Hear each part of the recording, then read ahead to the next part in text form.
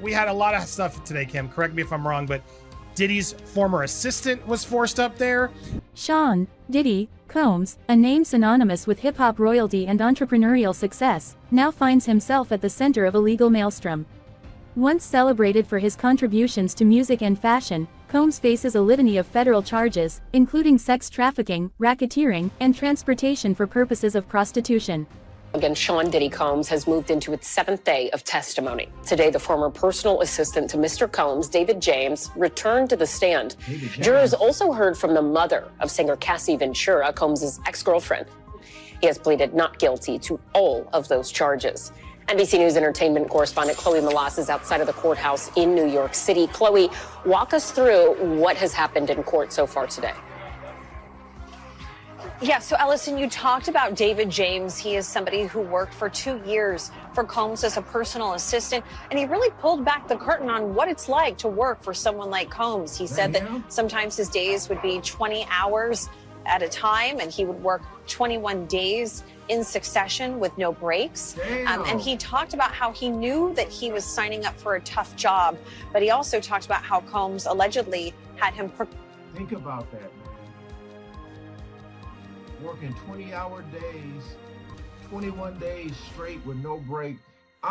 Think about the stuff he has heard and seen. Think about all this is what I was talking about. This is what I've been waiting for.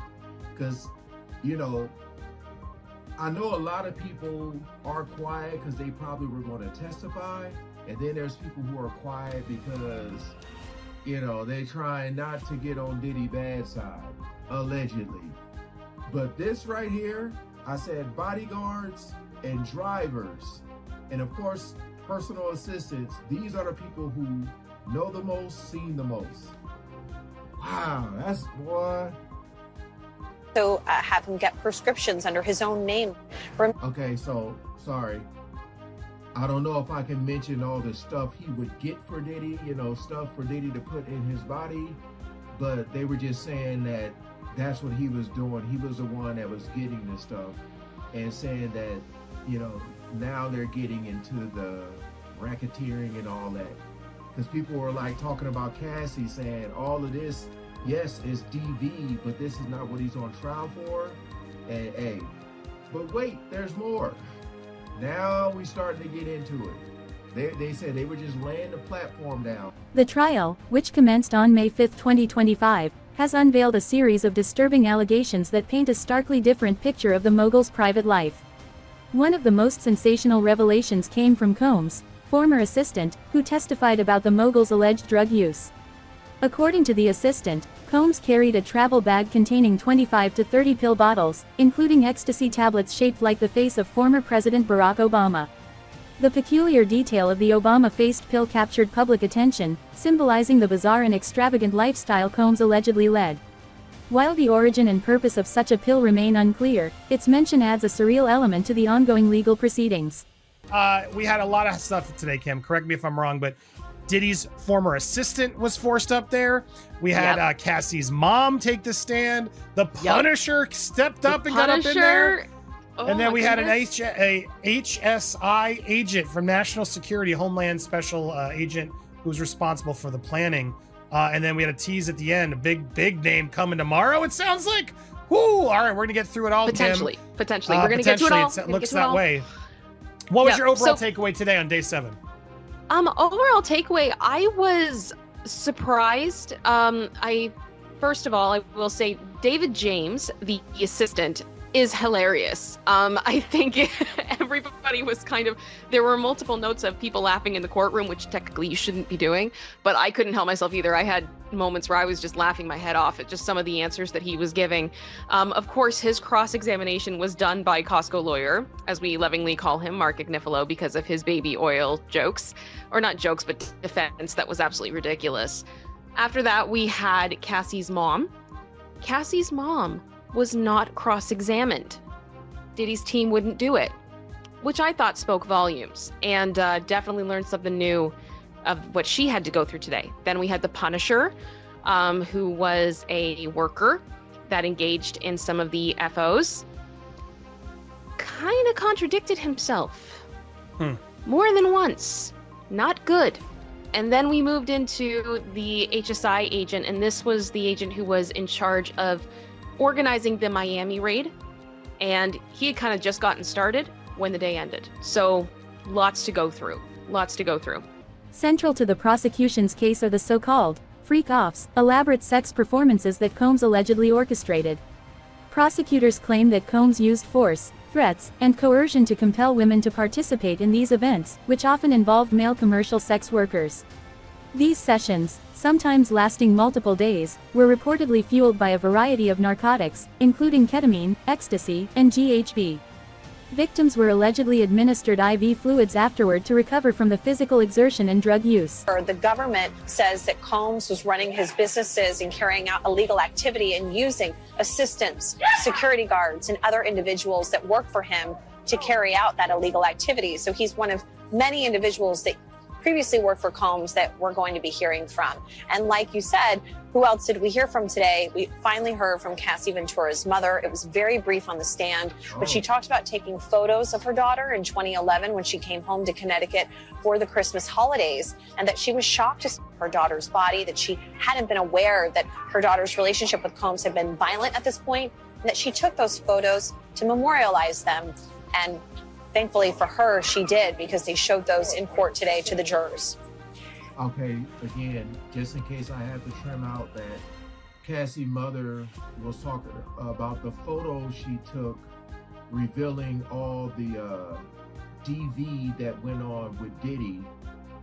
She wanted to, take a photo and keep that for herself, as far as, like a day like this coming. She has those photos.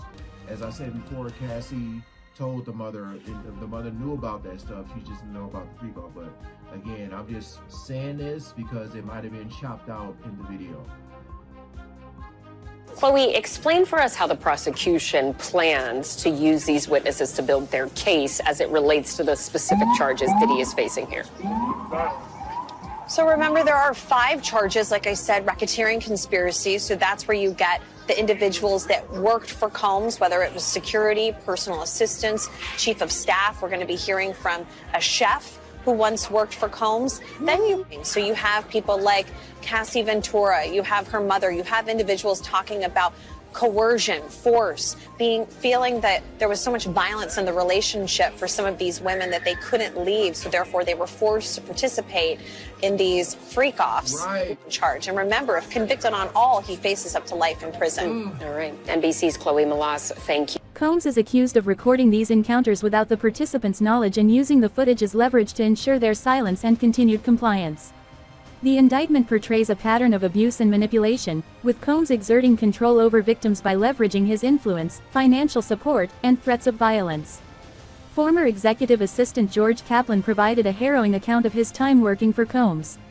Kaplan testified that he was subjected to grueling 100-hour workweeks, tasked with procuring drugs like MDMA, and cleaning up after Combs' alleged sex marathons. Previously, though, we noticed that some of his family wasn't in the galley. Well, now it turns out again, right? Diddy's sister was there, but his mom and sons were once again not present. Second day in a row. Take that as you will. But David James, his former assistant, came back on the stand as Kim was sitting up. He seemed a little sassy, Kim. Very. He did say he didn't witness any violence between Diddy and Cassie. However, he did see a blog post alleging that Combs was physical with Cassie at a club. Diddy searched James's computer history. James had been taking Cassie food at the London hotel that week, but he never saw her. Staff always answered the door. He said a little suspicious. Yeah, right. There's like this report that something's wrong, and then he's delivering food to her at a hotel and doesn't see her for a whole week. Without a doubt, suspicious.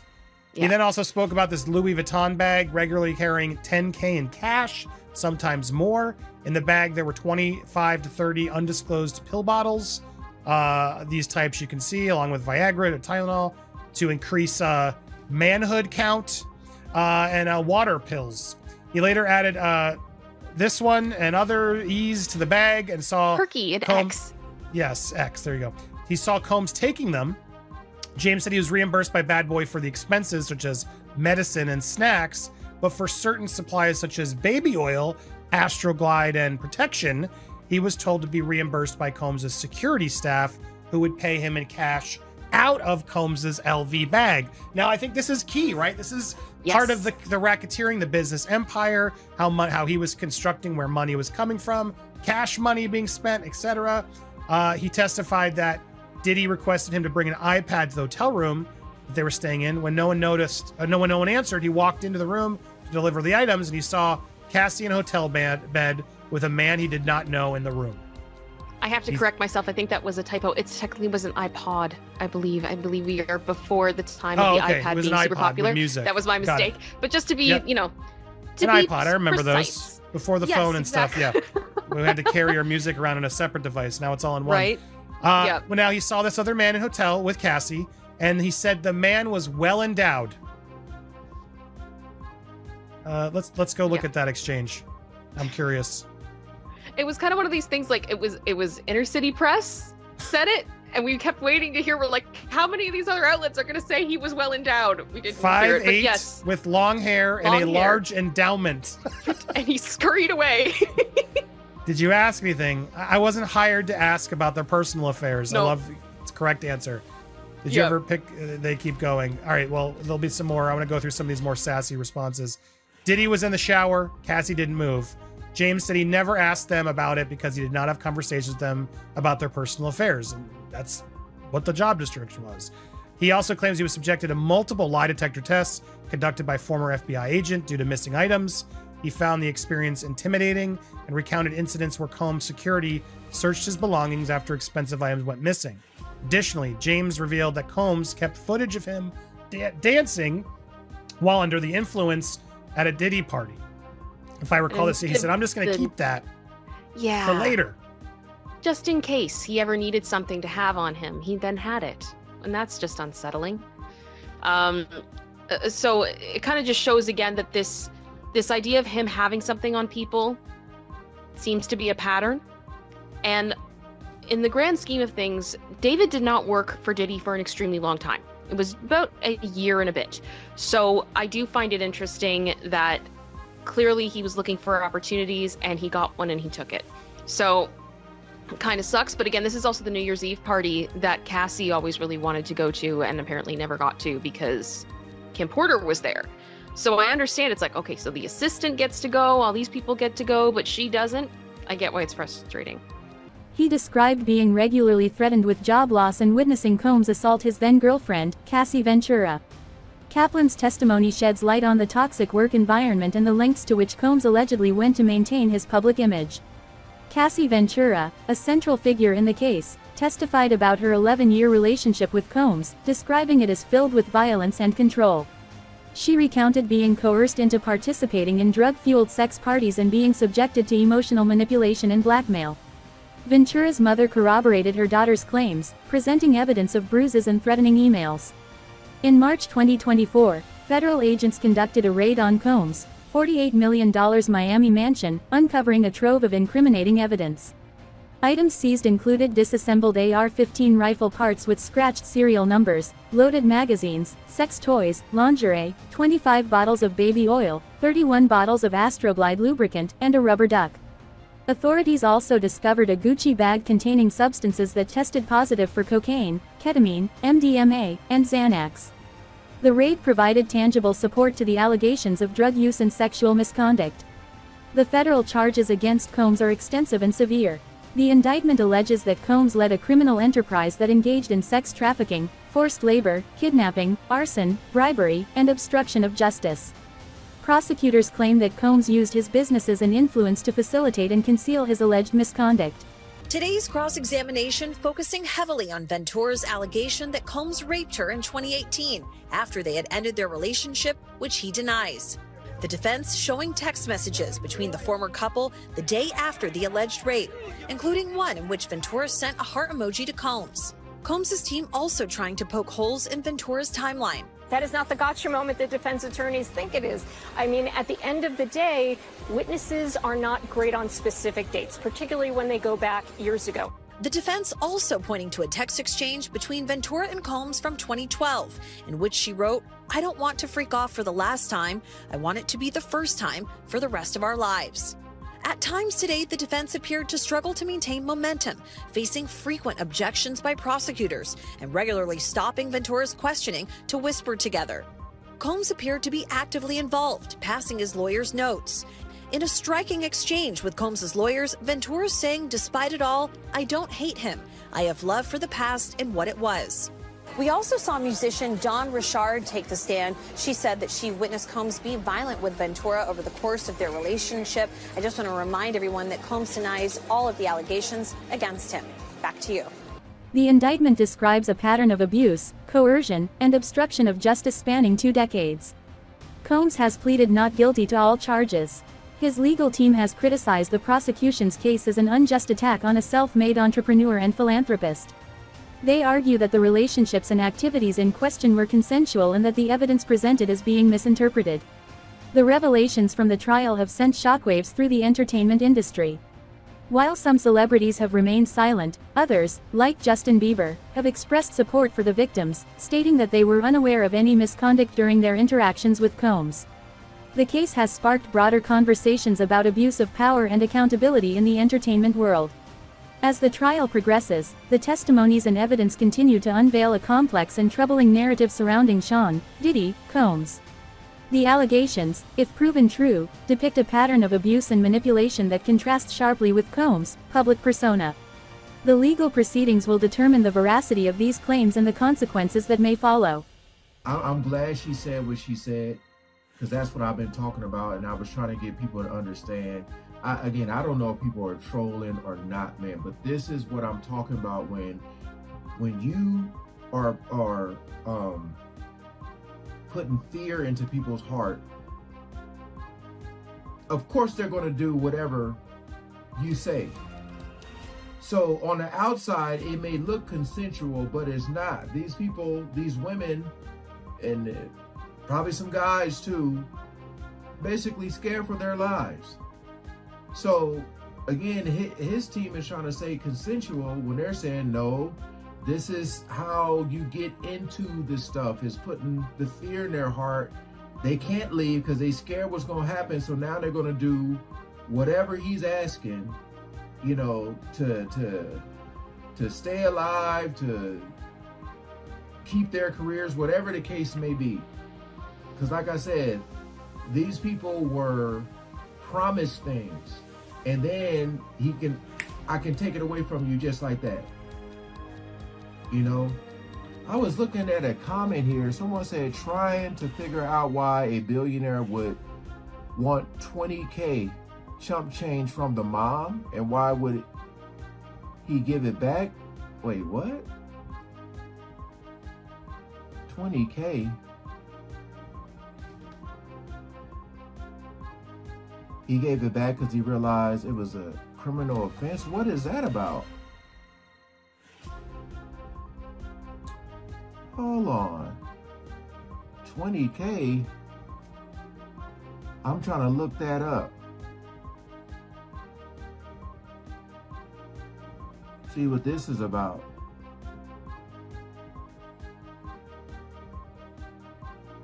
Cassie mother says Sean Diddy Combs demanded $20,000 because her daughter was seeing someone else. Oh, that's what the David James testified? Wait, David James, former assistant Sean Diddy Combs testified. No, wait, hold on. No, they said I'm sorry, it was just a picture of the David James dude. Okay, hold on. An angry Sean Diddy Combs demanded $20,000 from Cassandra, Cassie Ventura's mother, and threatened to release explicit tapes of his longtime girlfriend after learning she was dating someone else. The mother testified Tuesday at the Hip Hop Mogul's trial.